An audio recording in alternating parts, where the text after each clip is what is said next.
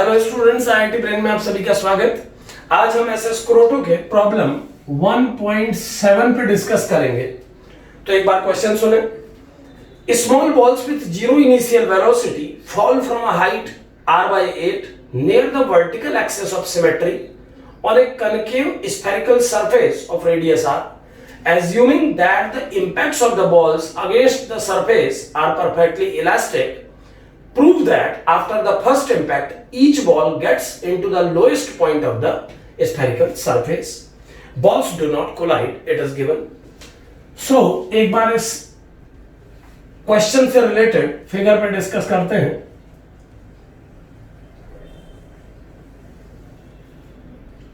ये एक concave surface है और इस कनकेव सरफेस पे जिसका रेडियस r है, वर्टिकल एक्सिस ऑफ सिमेट्री से बहुत करीब, बिल्कुल इसके नियर बाय किसी पॉइंट से जिसका हाइट इस स्फेरिकल सरफेस से r/8 है, एक पार्टिकल फॉल कराया जाता है। ये क्वेश्चन में एक कनकेव स्फेरिकल सरफेस जिसका रेडियस r है, उस के वर्टिकल एक्सिस ऑफ सिमेट्री के नियर बाय बहुत पास एक पॉइंट से स्फेरिकल सरफेस पे एक पार्टिकल फॉल कराया जाता है और पार्टिकल को सरफेस तक आने के लिए जिस हाइट, जिस डिस्टेंस को ट्रेवल करना पड़ता है वो r/8 है। हमें प्रूफ करना है कि कोई भी पार्टिकल इस वर्टिकल एक्सिस ऑफ सिमेट्री के नियर बाय जब r/8 हाइट से गिरेगा इस सरफेस पे, तो इंपैक्ट के बाद वो इस सरफेस के बॉटम मोस्ट पॉइंट पर मिलेगा जाके। एक बात याद रहे, ये जो प्रॉब्लम है ये एक अप्रॉक्स डिस्टेंसेस के लिए बनाई गई प्रॉब्लम है। अगर आप ज्यादा डिस्टेंस इस वर्टिकल एक्सिस ऑफ सिमेट्री से रखते हैं पार्टिकल की, अगर आप इस वर्टिकल एक्सिस से ज्यादा डिस्टेंस पर पार्टिकल को लेकर के r/8 हाइट से फॉल कराएंगे तो वो पार्टिकल बॉटम मोस्ट पॉइंट तक नहीं आ पाएगा। तो क्वेश्चन अप्रोक्सीमेट है, केवल उन्हीं पार्टिकल्स के लिए पूछा गया है जो वर्टिकल एक्सिस ऑफ सिमेट्री के नियर बाय फॉल कराए गए हो। एक बात और ध्यान रखें, हाइट r/8 बोली गई है। सो ये फिनोमेना केवल तभी होगा जब आप r/8 हाइट से पार्टिकल को गिराएं। तो कैसे इस प्रॉब्लम को किया जा सकता है या क्या इसमें कंसेप्ट यूज है, पहले कंसेप्ट की बात करते हैं। क्वेश्चन मैकेनिक्स बेस्ड है। इसे जो बॉटम मोस्ट पॉइंट है इस स्फेरिकल प्लेन का, इसे मैं रेफरेंस प्लेन कंसीडर कर रहा हूं, ग्राउंड कंसीडर कर रहा हूं। सारा मेजरमेंट मैं इसी लाइन से करूंगा, डिस्टेंसेस इसी लाइन से मेजर करूंगा। जो की कंसेप्ट इस क्वेश्चन में यूज है वो की कंसेप्ट हो सकते हैं इक्वेशंस ऑफ मोशन, और इक्वेशंस ऑफ मोशन का भी सेकेंड इक्वेशन ज्यादा सुटेबल होगा इस प्रॉब्लम को सॉल्व करने के लिए। और इसके अलावा जो ओरिजिन का कंसेप्ट है, जो पोजीशन एंड डिस्प्लेसमेंट का डिफरेंस है, उसको सही ढंग से समझ के इस प्रॉब्लम को किया जा सकता है। तो कैसे करेंगे एक बार देखें। जिस पॉइंट से पार्टिकल को फॉल कराया गया है उसी लाइन पर इस प्लेन का जो इंटरसेक्शन है, इस हॉरिजॉन्टल प्लेन जो मैंने अभी बनाया, ये प्लेन इस वर्टिकल लाइन से जिस पॉइंट पे मीट कर रहा है, इस पॉइंट को मैं ओरिजिन कंसीडर कर रहा हूं। यानी मैं कंप्लीट मेजरमेंट इस प्रॉब्लम के लिए इस पॉइंट O से करूंगा। जो डिस्टेंस इस सेंटर से, इस स्फेरिकल सरफेस के सेंटर से बॉटम मोस्ट पॉइंट तक की ये हाइट r है। इसके अलावा जिस पॉइंट से पार्टिकल थ्रो किया गया है वहां से सेंटर को ज्वाइन कराने वाली डिस्टेंस ये r। तो इस r का ये हॉरिजॉन्टल कंपोनेंट होगा r cos थीटा, अगर मैं इस एंगल को थीटा मानूं। अब यहां पर ध्यान रहे, रेडियस किसी स्फेरिकल सरफेस के लिए नॉर्मल का रोल प्ले करती है। यानी इस इनकमिंग पार्टिकल के लिए अगर मैं नॉर्मल के साथ एंगल ऑफ इंसिडेंस को डिफाइन करना चाहूं तो जो इंपैक्ट के समय कोलिजन से पहले का जो एंगल नॉर्मल और इनकमिंग पार्टिकल के बीच में है वो थीटा है। तो चूंकि दिया है कि कोलिजन इलास्टिक है, ये क्वेश्चन में मेंशन है कि स्फेरिकल सरफेस से पार्टिकल का कोलिजन इलास्टिक है, तो अगर ये परफेक्टली इलास्टिक कोलिजन है तो जितने एंगल पे पार्टिकल इंपैक्ट लेगा उतने ही एंगल पे रिबाउंड हो जाएगा। यानी अगर ये एंगल थीटा है तो ये एंगल भी थीटा होगा। यानी जिस डायरेक्शन में पार्टिकल रिबाउंड के बाद जाएगा, अगर मैं मान लूं कि उसकी वेलोसिटी v है उस डायरेक्शन में, तो v का vertical component v cos 2 theta होगा और v का horizontal component v sin 2 theta होगा, क्योंकि इस थीटा और इस थीटा के सम से अब ये वेलोसिटी वर्टिकल से 2 थीटा एंगल बना रही है। तो पार्टिकल की वेलोसिटी के जो कंपोनेंट बनेंगे वो अलग से देखे जा सकते हैं। इस डायग्राम को थोड़ा और क्लैरिटी के लिए मैं अलग से बना दे रहा हूं। अब तक ये एंगल 2 थीटा हो चुका है। नॉर्मल के साथ इनकमिंग पार्टिकल थीटा एंगल बना रहा है और आउटगोइंग इंपैक्ट के बाद पार्टिकल थीटा एंगल बना रहा है। सो ये टोटल एंगल वर्टिकल से 2 थीटा, v का vertical component v cos 2 theta और v का horizontal component v sin 2 theta. ठीक ऐसे ही ये जो हॉरिजॉन्टल डिस्टेंस है इस स्टार्टिंग पॉइंट से लेकर इस लाइन में पहुंचने तक की ये डिस्टेंस r का साइन थीटा कंपोनेंट है। ऐसा क्यों है, एक बार ज्योमेट्री से समझे। अगर ये थीटा है तो ये एंगल भी थीटा होगा, ये दोनों अल्टरनेट इंटीरियर एंगल है। अब ये अगर थीटा है और ये रेडियस r, तो ये डिस्टेंस हो जाएगी r साइन थीटा और ये वर्टिकल डिस्टेंस हो जाएगी r cos थीटा। सो r cos थीटा और ये r साइन थीटा है। यानी पार्टिकल ने horizontal distance bottom most point तक आने के लिए r sin थीटा ट्रेवल करना है और वर्टिकली इस पॉइंट से लेकर इस पॉइंट तक जहां पर ये हॉरिजॉन्टल लाइन मीट कर रही है ये डिस्टेंस r cos थीटा है। तो ये जो लोअर पार्ट है इस लाइन का, यानी ये पार्ट जहां से पार्टिकल को थ्रो किया गया है स्टार्टिंग पॉइंट, इसका नाम मैं a रख रहा हूं और उसके ठीक नीचे मैंने ग्राउंड में ओरिजिन o कंसीडर किया है। सो ये जो OA का सेपरेशन होगा ये r minus r cos theta हो जाएगा, r minus r cos theta. So अगर कंप्लीट लेंथ r है और ये r cos थीटा, तो ये बॉटम पार्ट होगा r minus r cos theta. अब यहां पर ध्यान दें कि चूंकि जिस पॉइंट को मैंने ओरिजिन माना है वो डिफरेंट है और जहां से पार्टिकल को थ्रो किया गया है वो पॉइंट डिफरेंट है, तो कभी भी इस तरीके की कोई प्रॉब्लम आप सॉल्व करें, इसी प्रॉब्लम की बात नहीं कर रहा हूं, ऐसी कोई भी प्रॉब्लम जब आप सॉल्व करते हैं जिसमें पार्टिकल का स्टार्टिंग पॉइंट डिफरेंट होता है और जिस पॉइंट को आपने ओरिजिन कंसीडर किया वो डिफरेंट होता है, तो वहां पर आप सेकेंड इक्वेशन ऑफ मोशन को पोजीशन के फॉर्म में यूज करें। So in position form s equal to s naught vector plus u vector t plus half a t square. अगर मैं इस सेकेंड इक्वेशन को यूज करूं इस पार्टिकल के मोशन के लिए, तो क्या आउटकम मिलेगा एक बार देखते हैं। s की वैल्यू हमें कैलकुलेट करनी है, इसीलिए यह अननोन है इस प्रॉब्लम में हमारे लिए। s नॉट मींस जिस पॉइंट से पार्टिकल को स्टार्ट कराया गया और चूंकि ओरिजिन ग्राउंड है तो ओरिजिन से a का distance r minus r cos theta, r minus r cos theta और j कैप इन वेक्टर फॉर्म। एक बार कन्वेंशन बता दें, x एक्सिस के अलोंग i कैप कंसीडर किया जा रहा है और वर्टिकली अपवर्ड डायरेक्शन में j कैप। सो r minus r cos theta j cap plus u vector. Particle इस हाइट से गिरा, जिस वेलोसिटी से इंपैक्ट लेगा उसी से रिबाउंड होगा, वो वेलोसिटी कैलकुलेट की जा सकती है।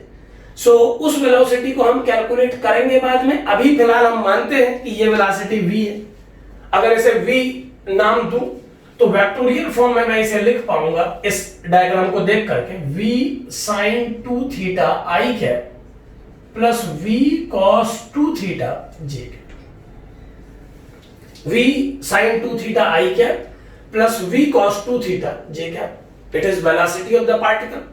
याद रहे v वेलोसिटी ऑफ इंपैक्ट को माना गया है, तो मैग्नीट्यूड वाइज रिबाउंड की जो वेलोसिटी मैग्नीट्यूड होगी वो भी v ही होगी। सो v sin 2 theta i cap plus v cos 2 theta j cap into t plus half minus g times j cap into t square. ये इक्वेशन बन जाएगी। ग्रेविटी की जगह मैंने minus g j cap use किया है क्योंकि कंप्लीट पार्टिकल के मोशन में पूरे पाथ के दौरान ग्रेविटी ही एक्सेलरेशन का रोल प्ले करेगा। नाउ पहले हम t और v को कैलकुलेट कर लेते हैं। तो वेलोसिटी के लिए सिंपली जब पार्टिकल h हाइट से गिरेगा इस पॉइंट से इस पॉइंट तक, तो थर्ड इक्वेशन ऑफ मोशन का यूज करके हम इसे कैलकुलेट कर सकते हैं। तो आप थर्ड इक्वेशन ऑफ मोशन का भी यूज कर रहे हैं इसमें। फंडामेंटली ये सेकंड इक्वेशन ऑफ मोशन पर बेस्ड प्रॉब्लम दिख रही है। लेकिन थर्ड इक्वेशन ऑफ मोशन का भी यूज होगा वेलोसिटी कैलकुलेट करने में। सो इस पॉइंट से इस पॉइंट तक फॉल के लिए by third equation v square equal to u square plus 2a vector dot s vector. v value calculate करनी है, initial velocity 0 for free fall and acceleration is minus G J cap and displacement is h J cap minus h J cap, क्योंकि displacement downward है। So इस point से इस point तक की journey के लिए डिस्प्लेसमेंट को माइनस h जे कैप। अब यहां पर एक बात ध्यान दें, जब मैंने इस इक्वेशन को लिखा है तो इसे लिखते समय ओरिजिन ऑफ रेफरेंस मैंने इस पॉइंट को माना है। ये कंपलसरी नहीं है कि जिस रेफरेंस से आपने ये इक्वेशन क्रिएट की है आप सेकंड इक्वेशन भी उसी रेफरेंस से क्रिएट करें। जब मैंने सेकंड इक्वेशन को लिखा तो इस इक्वेशन को लिखते समय ये s वेक्टर डिस्प्लेसमेंट है और पार्टिकल ने इस पॉइंट से स्टार्ट किया, यहां तक ट्रेवल किया, तो जो डिस्प्लेसमेंट होगा वो r/8 यानी h जे कैप माइनस ही होगा, इवन ओरिजिन यहां पर भी तो भी। सो इस इक्वेशन में जो s वेक्टर की वैल्यू लगाई जा रही है माइनस h जे कैप, ये s वेक्टर डिस्प्लेसमेंट है, लेकिन इस इक्वेशन में जिस s वेक्टर नोटेशन को यूज किया गया है वो position of the particle at the end of motion है। तो ये बात बहुत ध्यान दें, क्योंकि दोनों जगह मैंने नोटेशन s यूज किया है तो कई बार कंफ्यूजन का स्थिति बनता है, बच्चों के लिए कंफ्यूजन की स्थिति बन जाती है। तो यहां पर ये ध्यान दें आप कि जो पहली बार s वेक्टर यूज हुआ है वो इस पाथ में जब पार्टिकल ट्रेवल करेगा तो उसकी t टाइम के बाद की फाइनल पोजीशन है, लेकिन सेकंड थर्ड इक्वेशन को यूज करते समय जो s वेक्टर में यूज कर रहा हूं वो इस जर्नी की वेलोसिटी, इंपैक्ट की वेलोसिटी पता करने के लिए इस्तेमाल किया जाने वाला डिस्प्लेसमेंट। सो इस इक्वेशन में s डिस्प्लेसमेंट रोल प्ले कर रहा है और इस इक्वेशन में s पोजीशन को प्रेजेंट कर रहा है। तो इस s और इस s को आप टैली कराने की कोशिश ना करें। ये पोजीशन को शो कर रहा है, ये डिस्प्लेसमेंट को शो कर रहा है। ये डिस्प्लेसमेंट को शो कर रहा है इस पॉइंट से इस पॉइंट तक की जर्नी के लिए, फॉल के लिए। अगर मैं इस पॉइंट को A और इस पॉइंट को मैं B नाम दूं तो ये B से लेकर A तक की जर्नी में ट्रेवल हुआ डिस्प्लेसमेंट, जबकि ये S वेक्टर पोजीशन है at the final movement particle की। सो अब इस इक्वेशन को सॉल्व करके v square equal to 2gh j dot j1 and minus minus plus, so particle की वेलोसिटी √2gh है। टाइम कैलकुलेट करने के लिए हम इस इक्वेशन को ही यूज कर सकते हैं। अब इस इक्वेशन को यूज करके टाइम कैसे कैलकुलेट होगा उसे आगे देखते हैं। देखिए v की वैल्यू कैलकुलेट हो चुकी है। अब इस s वेक्टर के बारे में अगर डिस्कस किया जाए तो हमें प्रूफ करना है कि ये पार्टिकल या इसके जैसे जितने भी particle vertical axis of symmetry के नियर बाय पॉइंट से फेंके गए होंगे वो बॉटम मोस्ट पॉइंट तक आके मिलेंगे। तो अगर ऐसा है, अगर ये बात ट्रू है, तो हम इस थ्रोइंग पॉइंट से इस पॉइंट तक वर्टिकल डिस्प्लेसमेंट को r minus R cos theta दिखाना चाहेंगे। डेफिनेटली जिस पॉइंट से पार्टिकल को फेंका गया है वहां से फाइनल पॉइंट तक vertical displacement r minus R cos theta होगी।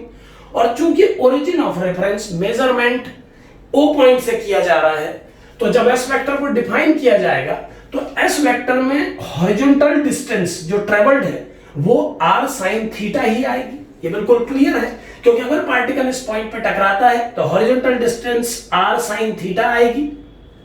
अब इस लाइन तक आने का टाइम चूंकि मैंने t कंसीडर किया है, यहां पर ध्यान दें हमने t टाइम अगर इस पार्टिकल के इस लाइन से इस लाइन में आने तक का टाइम अगर कंसीडर किया है t को, तो फिर इस t टाइम में जो डिस्टेंस पार्टिकल कवर करेगा हॉरिजॉन्टली वो r sin थीटा ही होगी।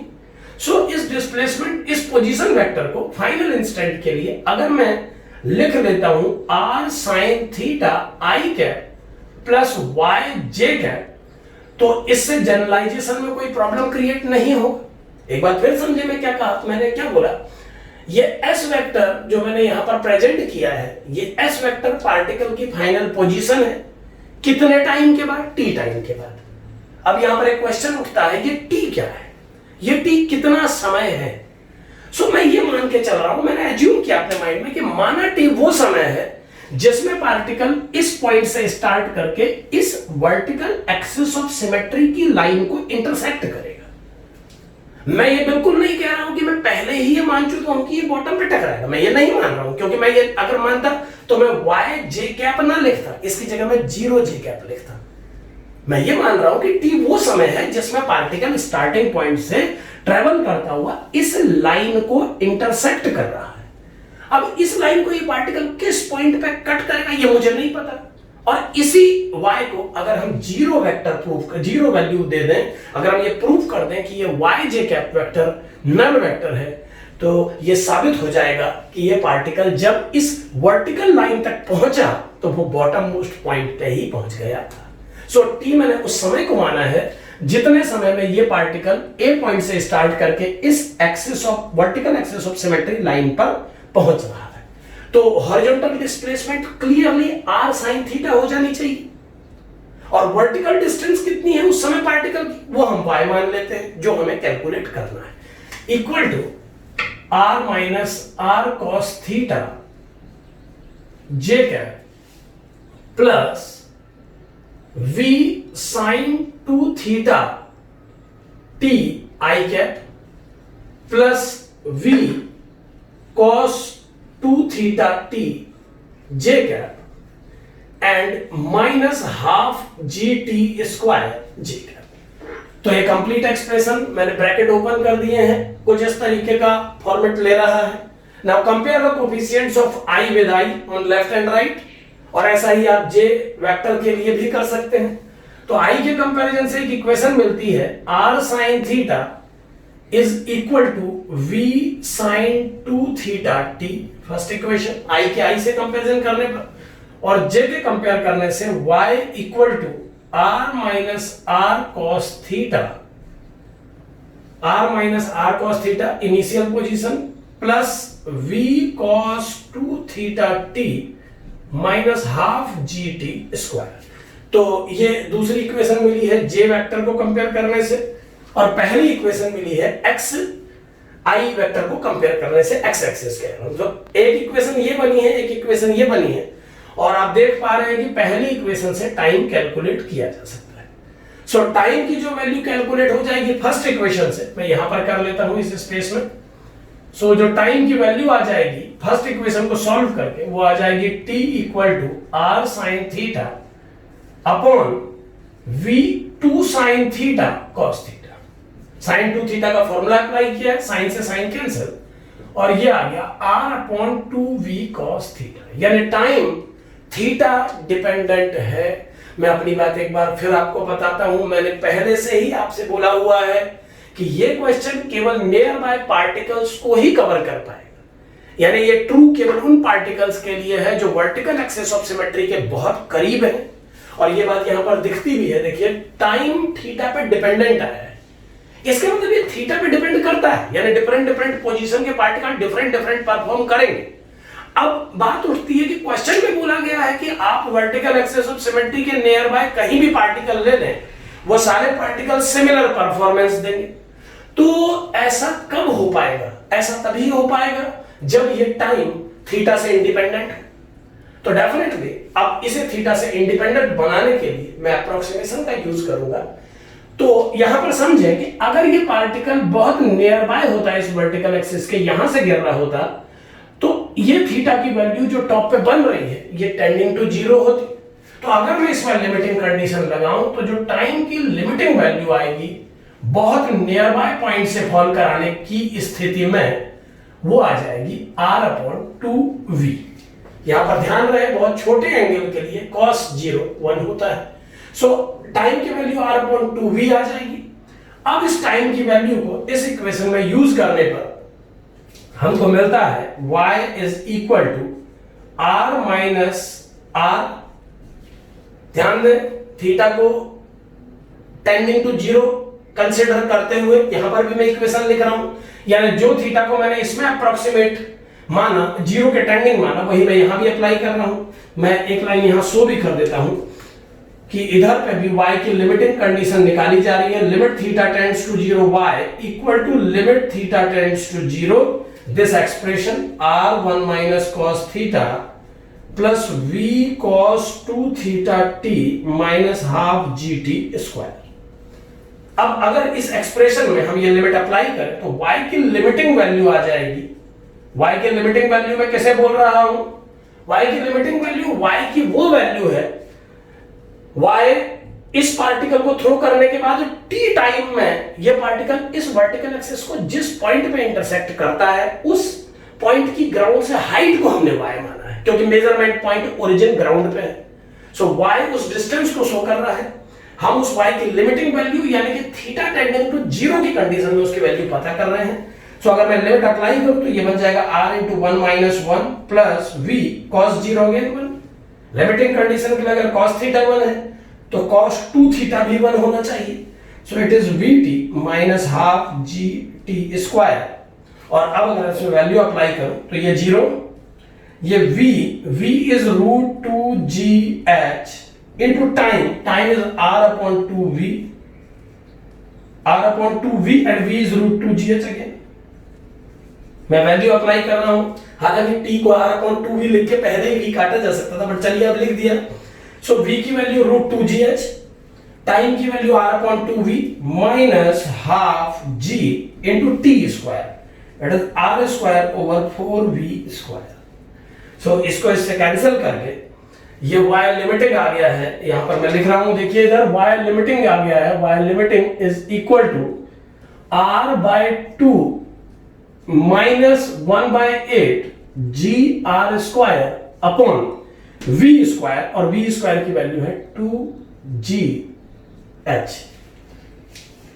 सो फाइनली ये वैल्यू आ गई है r by 2 minus 1 by 8 g r square upon 2gh। g से g कैंसिल हो सकता है, और जैसा गिवन है h की वैल्यू को r by 8 पुट किया जा सकता है।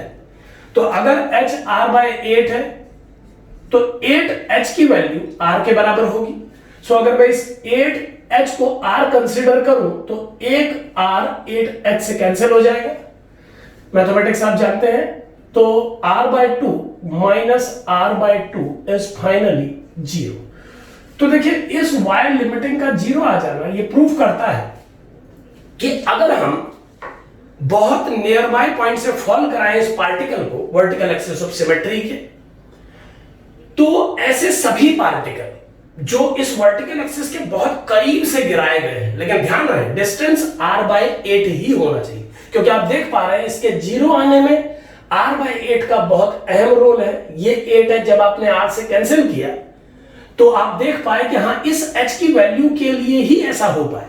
यही वजह है कि क्वेश्चन की शुरुआत से ही मैं h को r by 8 पुट कर सकता था, लेकिन मैंने नहीं किया, क्योंकि जब हम कोई क्वेश्चन करते हैं फिजिक्स में तो उस क्वेश्चन को जनरल फॉर्मेट में सॉल्व करके हमें उस क्वेश्चन जैसे कई क्वेश्चंस को सॉल्व करने के लिए आइडियाज मिलते हैं। इसलिए कभी भी आप कोई प्रॉब्लम करते हैं तो मेरा सजेशन है आप लोगों को कि आप जनरल वेरिएबल्स में क्वेश्चन सॉल्व करें और देखें उसके आउटकम को और उसको स्टडी करें, ताकि और प्रॉब्लम्स पर भी वो अप्लाई किया जा सके। सो ये लिमिटिंग वैल्यू 0 आई है h की स्पेसिफिक वैल्यू के लिए। तो इस तरीके से आप समझ सकते हैं कि y की वैल्यू 0 कैसे लाई जाएगी। अब y की वैल्यू 0 आने का क्लियर मतलब है कि ये पार्टिकल फाइनली इस बॉटम मोस्ट पॉइंट पे ही पहुंचेगी, क्योंकि इस पार्टिकल की फाइनल पोजीशन को हमने इस ओरिजिन से कंसीडर किया था। इसका हॉरिजॉन्टल डिस्टेंस हमने r sin थीटा माना था, और वर्टिकली इसका y 0 आना ये साबित करता है कि फाइनली पार्टिकल y कोऑर्डिनेट के अलोंग बिल्कुल ट्रेवल नहीं किया। इसका मतलब t टाइम के बाद जब particle r sin theta horizontal distance travel करेगा, उतने ही ड्यूरेशन में वर्टिकली वो 0 पोजीशन वाली 0 ऐसे कोऑर्डिनेट पर पहुंच जाएगा जहां से उसका y कोऑर्डिनेट इस ओरिजिन के रिस्पेक्ट में 0 है। सो y की वैल्यू 0 आना ये साबित करता है कि ये पार्टिकल फाइनली इस स्फेरिकल सरफेस के बॉटम मोस्ट पॉइंट पे ही इंपैक्ट देगा। सो इस तरीके से आप इस प्रॉब्लम को मैकेनिकली समझ सकते हैं। Thank you.